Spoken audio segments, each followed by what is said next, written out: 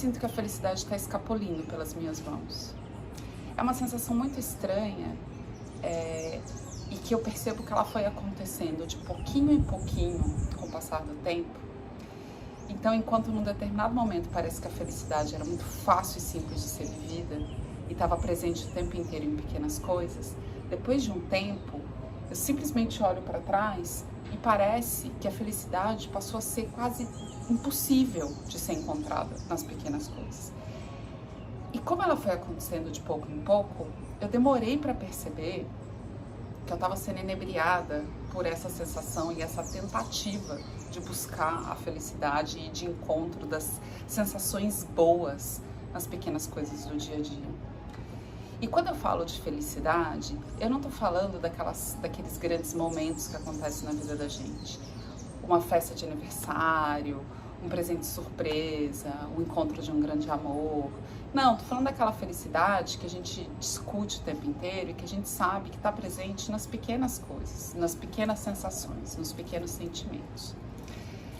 Eu percebo que, por vezes, durante o dia, eu começo a ter um sentimento bom, ou eu tenho contato com alguma coisa que desperta, né, um gatilho que faz com que essa sensação de plenitude, de gratidão aconteça, só que ela é muito frívola. Então ela vem, ela passa e aquilo me resgata determinados pontos na minha memória onde eu digo, eu já senti isso antes, eu reconheço essa sensação. Poxa, eu quero sentir, eu quero esmiuçar um pouco mais esse sentimento que eu tô vivendo. E aí parece que eu vou indo atrás dele e que eu vou tentando pegá-lo. E parece que eu tô correndo atrás da minha própria sombra. Porque você sente aquela sensação boa, você identifica aquilo que você tá vivendo, você consegue contextualizar.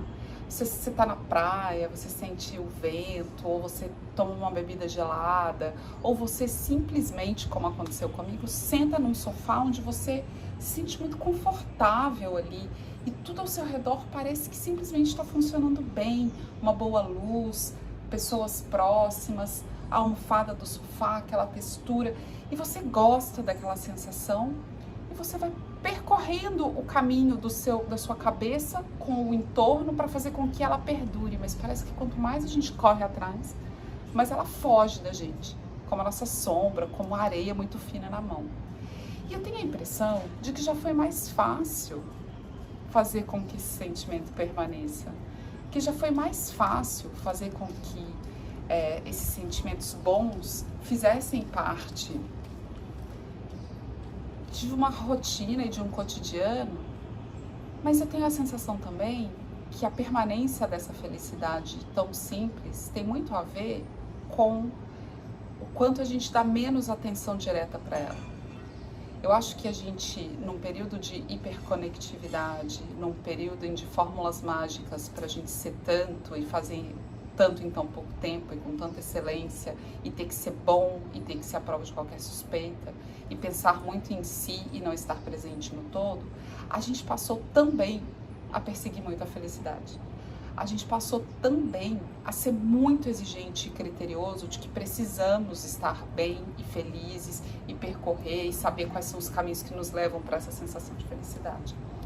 E acho que quanto mais a gente foca, mais a gente concretiza essa nossa busca, ou quanto mais a gente intenciona, acho que menos pura ela fica. Parece que a pureza desses sentimentos bons e felizes vão indo embora. Há umas semanas eu escrevi um texto no Instagram sobre a gente precisar perder 15 minutos. E isso tem tudo a ver com essa sensação de a felicidade estar indo embora. É muito louco a gente pensar o quanto a gente às vezes fica desconfortável por perder 15 minutos. Por alguma coisa acontecer na nossa rotina atribulada que faz com que 15 minutos simplesmente não sirvam para nada do que a gente tinha planejado.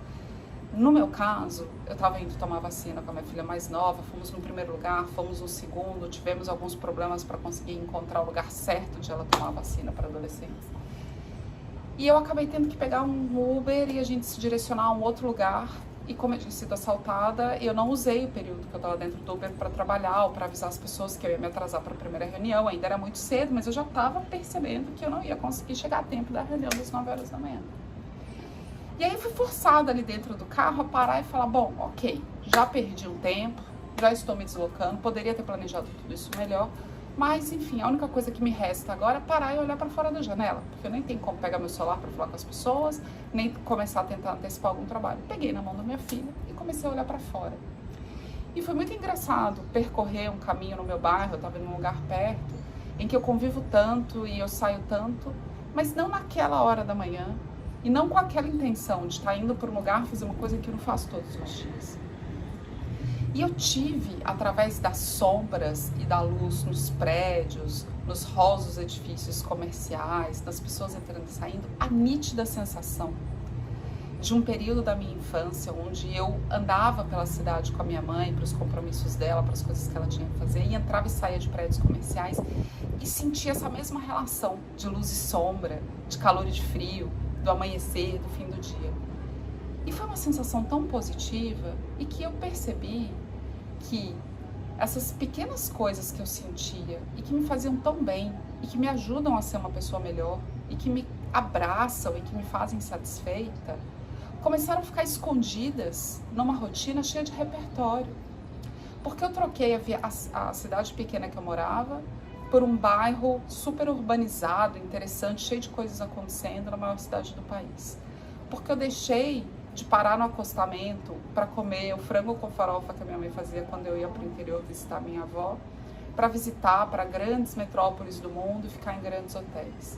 Porque eu deixei de sentar no sofá velho e gasto, tão bem acomodado da sala que a gente tinha em casa, para estar numa casa de campo bonita, com meus amigos ou com a minha família. Não estou dizendo que a gente não deveria ter acesso, ou que a gente não tem que buscar as coisas boas ou os bons repertórios. Eu só acredito que na aceleração em que a gente tem buscado mais repertório, na aceleração onde a gente está sendo cada vez mais exposto a novas coisas, e não necessariamente duráveis, porque elas podem ser bonitas, elas podem ser legais, mas a gente está replicando modelos que a gente vê nas redes sociais, a gente está decorando as nossas casas e as nossas vidas com as coisas estéticas que a gente tem visto dos outros, sem parar para pensar nos detalhes de um material, de um cuidado, de uma história, de uma relevância. A gente quer trocar, a gente quer reinventar, a gente fica redecorando e refazendo as cenas onde a gente está vivendo. E toda essa aceleração na busca desse repertório, toda essa disponibilidade do que a gente tem visto e tem consumido, deixou para trás as coisas que não precisam desse repertório todo para serem sentidas. A gente foi se compondo, a gente foi se preenchendo de novas coisas, e isso foi soterrando aquelas coisas que no passado eram tão frívolas, mas ao mesmo tempo tão gostosas de serem sentidas. Eu andando pela rua, vendo as luzes e sombras das entradas dos prédios comerciais, tive essa nítida sensação de que quanto mais coisas eu fui incorporando na minha rotina, quanto mais acesso eu fui tendo a coisas muito sofisticadas, menos espaço eu deixei para a simplicidade. E a minha felicidade, especificamente, mora também em algumas dessas coisas simples, em algumas dessas sensações, em alguns desses lugares. Eu continuo amando viajar, eu continuo amando ter acesso a muitas coisas, quero ler cada vez mais. Tomara que eu consiga ainda realizar muitos dos sonhos de posses que eu quero ter, que eu quero fazer, que eu quero construir. Mas definitivamente, no meu caso, pretendo continuar perdendo 15 minutos sempre que for necessário para me puxar para uma realidade de que se eu buscar a felicidade só na complexidade, quando uma nuvem de simplicidade passar na minha frente, eu vou sair correndo atrás dela, mas ela vai se dissipar muito rápido. Porque são simples, porque são detalhes, porque elas estão ali só em alguns cantos que muito rapidamente podem se misturar no todo. A complexidade ela é muito boa, mas a gente está sentindo na pele o quanto a hiperexposição, ou a hiperconectividade, ou a onipresença dos nossos trabalhos remotos, das redes sociais, dos gadgets e tudo mais, tem nos deixado muito pouco amparados por aquilo que é o nosso real conhecimento das coisas. A gente fica numa superfície, a gente se aprofunda pouco. A simplicidade muitas vezes é confundida com o simplório, e isso não é verdade. Na simplicidade está a verdade, ela está o primeiro passo para depois a gente construir as coisas mais complexas ou as coisas mais sofisticadas. Essas coisas precisam andar juntas, elas não são uma negação, elas são um começo para nos proporcionar um bom formato de chegar num fim. Espero que vocês façam suas próprias reflexões sobre o que é simples e é importante e qual o caminho de sofisticação que vocês também querem ter. Eu vou eleger alguns. Decidir que sofisticar tudo o tempo inteiro não vai fazer com que eu compreenda a minha melhor versão ou a versão mais clara e mais perene das coisas, mesmo que pequenas, que vão me fazer feliz. Porque afinal de contas, antes seja.